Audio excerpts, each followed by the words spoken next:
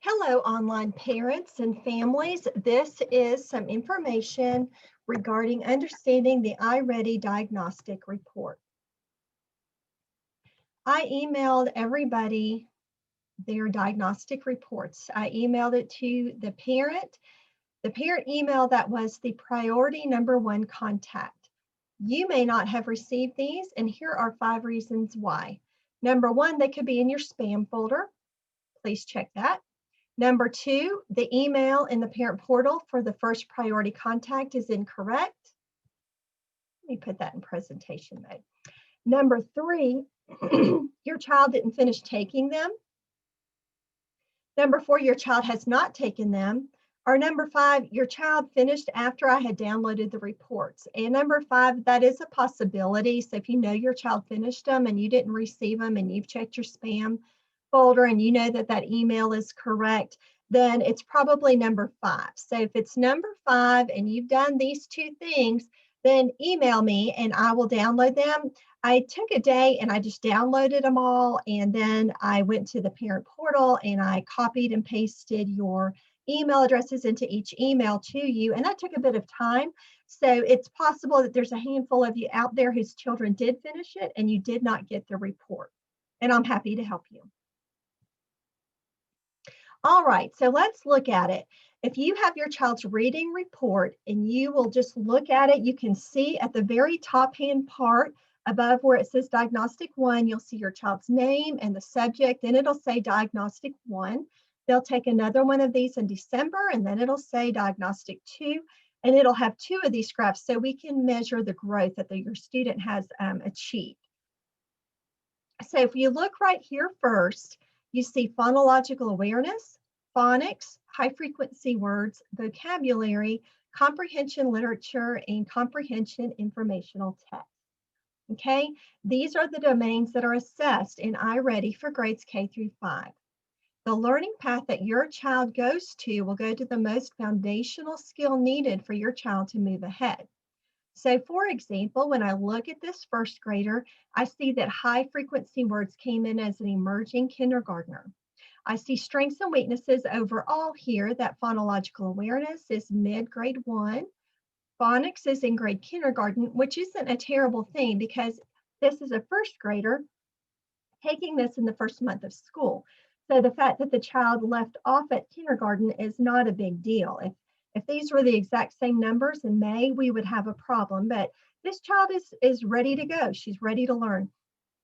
The only concern here is with high frequency words being an emerging kindergarten student. Because if we look at our key, the green dots indicate on grade level, yellow 1 grade level below, but at the beginning of the year, if you're just 1 grade level below the grade level you're in, you're good. And red is 2 grade levels below. High frequency words, of course, those are our sight words that we have to memorize because there's no way to just phonetically sound them out.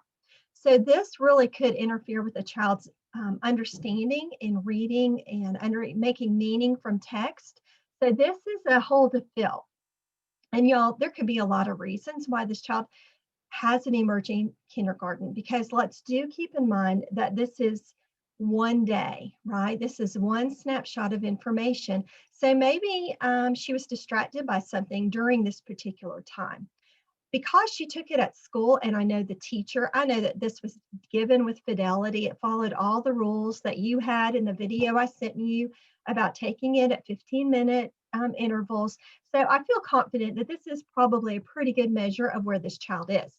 But basically, this learning path that iReady is going to create for her is really going to work on these high frequency words, which is going to help fill her gaps.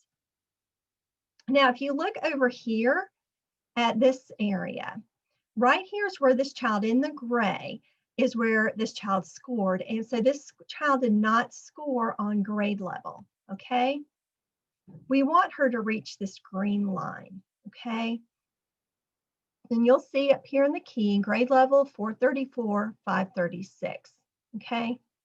So if she makes typical growth, she's going to make around a 447, but we really want her at that green line. And you can certainly read over here.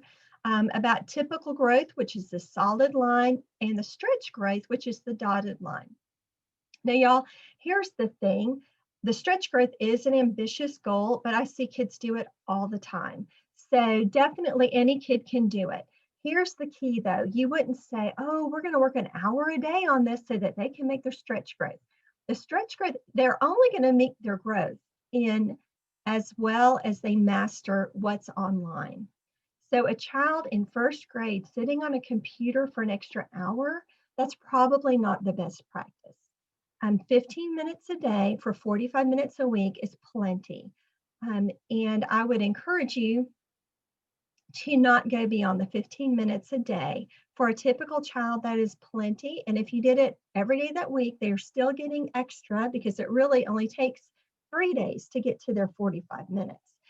So if you did it 5 days a week for 15 minutes, truly that's plenty, because what you don't want is a child to spend so much time on it that they get kind of glazed over, they don't pay attention, they don't focus, and they just bomb everything they're on. They're not going to reach that level because it's not about the time, it's about the quality of their work. So please keep that in mind. All right, so at the bottom, you have some other information. Let me make that little thing go away there. Over here, you see the national norm, and this child is at the 45th percentile. So if we come over here, this child scored in the 45th percentile, which means that she outperformed 45% of her peers, and 55% scored higher than she did. This measure compares her performance against all first graders taking this assessment. And we know from about the 26th percentile to about the 75th, 80th, actually up to the 90th percentile, really. So we would say from the 26th percentile to the 89th percentile, that's, believe it or not, falls in the average range. So this student at 50 percentile would be dead on average. So we would say that this child is performing just a little less well than the majority of her peers. You also see a Lexile measure for her, and it says BR225L. Every child from kindergarten through 8th grade gets a Lexile measure. We kind of keep an eye on this because this is a measure that's used for pass-fail on the Georgia milestones that students begin taking in 3rd grade. I've got the slide with all the grade level expectations for Lexile scores on the next slide. But all of this to say that this indicates beginner reader at 225. So what we really want to see is we want to see just a solid number without that BR in front of it. And I expect we will in December and definitely by May. But again, I'm not terribly concerned about this student. I think that she's going to be just fine.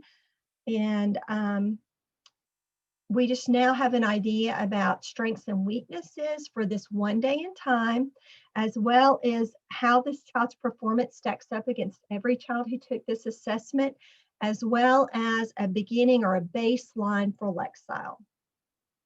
Okay, so here are our grade level expectations for Lexile. On these two, for kindergarten, we really don't expect a kindergartner to have a Lexile level, but it is possible for some of our advanced readers to go into the middle, or to go in and have a beginning Lexile. That's not unusual for some of our top readers. In 1st grade, we want them to leave with a 320. In 2nd grade, we want them to leave with a 420. Now you see up here the bottom quartile, that's the bottom 25th of all students, and the middle is around the 50th.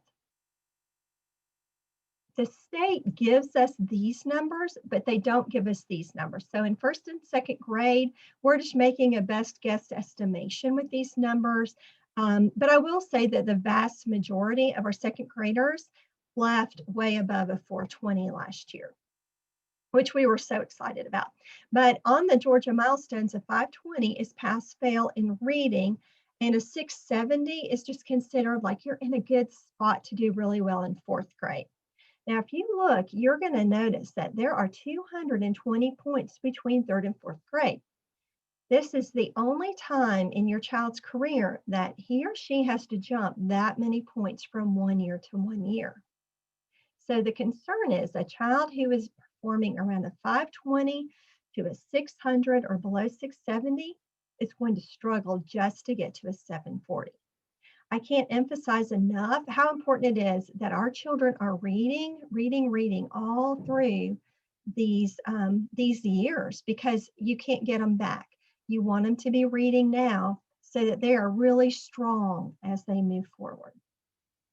Okay, for your just a review or for your quick, easy reference, I added this video. I've had it in another video for you guys, but it just explains how to reserve books in our media centers for the primary and elementary schools. Remember that your reservations have to be made by Friday to pick up on Tuesday. Please also remember that the public library is open, and sometimes, guys, it's just nice to get a book off the shelf and look at it.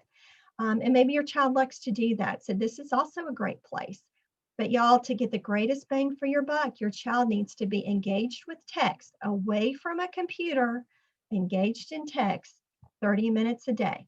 So if you're in kindergarten or in first grade, it may be that you're doing some different types of reading, reading aloud, letting them stop and read the sight words that they know. When you get to a sight word, you know, you can play games with it, but basically you really want to be engaged in text. All right, so let's move to the math report, okay? And I don't know if you can see this. Let me move that out of the way. So this is the top part of the report, and this is for a fourth grader, okay? So what you'll see is you'll see the domains again, just like for reading. For math here, we see numbers and operations, algebra and algebraic thinking, measurement and data, and geometry. In different grade levels, there are different domains reported. So yours might not, your child's might be different, and that's really okay. Just know that these are the domains, and over here is indicating how a child's doing.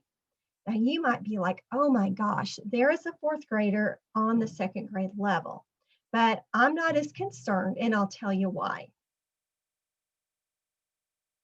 Numbers and operations. This is a domain that kids work on throughout kindergarten through fifth grade.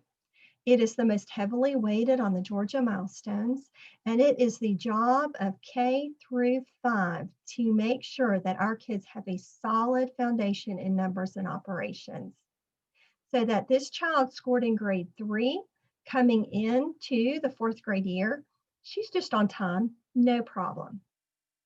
The second most heavily weighted area on the milestones is algebra and algebraic thinking, and this child already showed early fourth grade performance.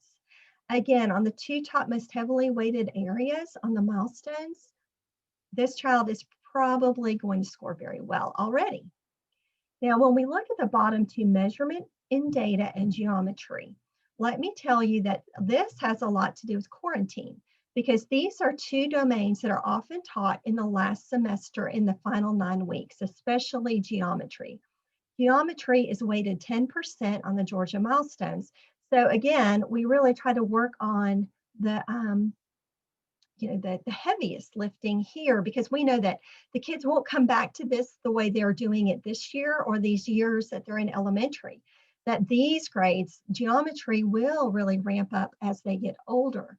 And their teachers will work very hard in those areas. And in measurement and data, this has to do with standard and metric conversions of weight and capacity, and all those different areas. It has to do with reading graphs. I mean, there are many, many standards within this. It takes a long time to get them all covered, quite frankly. So this child does show some lagging in that area, but I have a lot of confidence. A little secret I'll share with you is that in fourth grade, by the time our kids leave fourth grade on the milestones, we are often in the top 3. I'm saying often, like 99% of the time, in the top 3 of our entire RESA. Our RESA are all the schools in Northeast Georgia, and we're talking Forsyth County, Oconee County, Jefferson City schools. We're talking about schools where kids come from a lot more affluence than our students do in commerce. And so I have a lot of faith in our fourth grade teachers to really fill these gaps and address what the learners need. But again, these two areas are looking pretty good to me. And so this child is probably going to be just fine. So the green line, again, indicates grade level. This child does have a long way to go to show grade level. I think that in iReady, they don't weight the domains, they're kind of equal. And so it's a little bit of a skewed picture that we get. Whereas on the Georgia milestones for reading and ELA, the weights are so similar, you don't get as big a breakdown. But if something's worth 40 and 35, and then you break it down to 10%, 15%, you see it's not as, well, each part counts a bit more and a bit differently, but I don't think that iReady accounts for that. Now, let's go to the next slide. At the bottom. Now, this child did score in the 25th percentile. Now, when a child scores in the 25th percentile or below, I kind of keep my eye on that kid because that is in the bottom quartile. And if there's anything we can be doing more for this child, we definitely want to do it. But again, I don't get too worried looking at this kind of data, especially on these two domains, unless we are really at the bottom in all. If this all said grade 2 and grade 2 up here, I'd be a lot more worried. So I think this kid's going to be just fine in the end. But again, in December, I will pull this report and look at it again and see how this student grew. Again, here's the quantile measure. And I guess if I had to say, its parallel thing might be the Lexile in reading.